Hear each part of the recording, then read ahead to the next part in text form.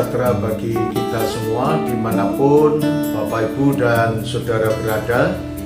Pada kesempatan ini kita datang kepada Tuhan, menyerahkan hidup kita kepada Tuhan, dan kita pada saat ini akan belajar sejarah petani yang ada di dunia ini.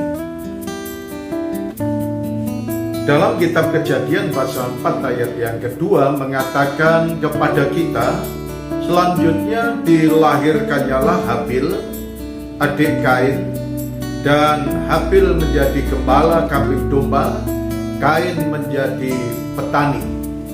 Saudaraku yang dikasihi oleh Tuhan, inilah yang menjadi cikal bakal sejarah para petani yang ada di dalam dunia ini. Kita tahu, saudaraku yang dikasihi oleh Tuhan, bahwa apa yang Tuhan katakan berkaitan penggembalaan dan pertanian. Kain yang dipercayai untuk menjadi petani, dia juga seorang yang bekerja keras, dia bekerja yang baik, dan ketika dia harus mempersembahkan korbannya di hadapan Allah, dia berupaya untuk mempersembahkan yang terbaik. Tetapi kita tahu, saudaraku yang dikasihi oleh Tuhan, hasil pertanian dari Kain kita bisa melihat, dan dia mempersembahkan di hadapan Tuhan. Dan apa yang dilakukan oleh Kain, dia berupaya bagaimana menyenangkan hati Tuhan. Saudara sekalian yang dikasihi oleh Tuhan, persembahan Kain dari pertanian, dia mulai memilih mana yang harus dipersembahkan. Tentunya yang terbaik yang dipersembahkan. Namun kita tidak akan belajar berkaitan dengan keberadaan Kain yang berikutnya, tetapi kita akan melihat bahwa Kain adalah orang yang pertama yang dikatakan dalam kebenaran firman Tuhan menjadi seorang petani. Kemudian yang kedua, kita juga bisa melihat Kejadian pasal 9 ayat 20, bahwa firman Tuhan juga mengatakan kepada kita, Nuh menjadi petani, dialah yang mula-mula membuat kebun anggur.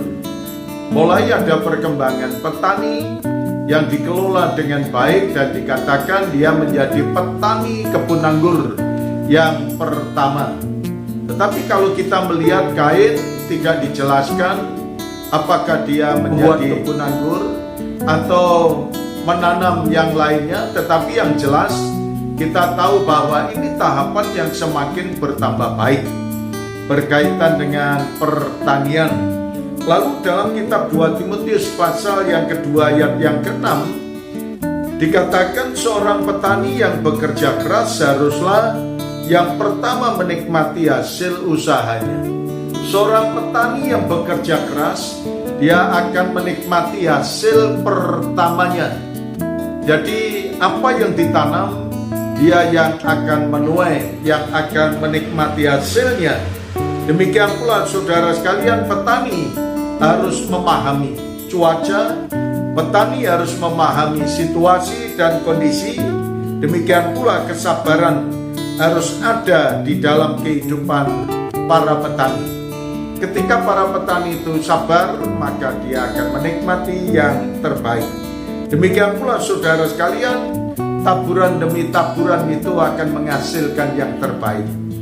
Dan kerinduan Tuhan supaya saudara dan saya juga akan menjadi petani Kristiani yang menaburkan benih yang baik, akan membuahkan yang baik, agar benih yang baik dapat menghasilkan perkara-perkara yang baik, menghasilkan jiwa-jiwa baru yang dipersembahkan kepada Tuhan. Maka apa yang dikatakan oleh firman Tuhan dalam kitab 2 Timotius pasal yang keempat ayat yang kedua, beritakanlah firman, siap sedialah baik atau tidak baik waktunya. Nyatakanlah apa yang salah, tegurlah dan nasihatilah dengan segala kesabaran dan pengajaran. Sekarang Tuhan memerintahkan kita untuk menjadi pemberita-pemberita Injil, menjadi penabur-penabur benih kebenaran firman Tuhan, dan kitalah orang-orang yang dipercayai. Dan Tuhan akan memberkati pelayanan demi pelayanan kita semuanya. Terima kasih Tuhan, Kami mengucap syukur kebenaran firman-Mu saat ini. Dalam nama Tuhan Yesus kami berdoa. Amin.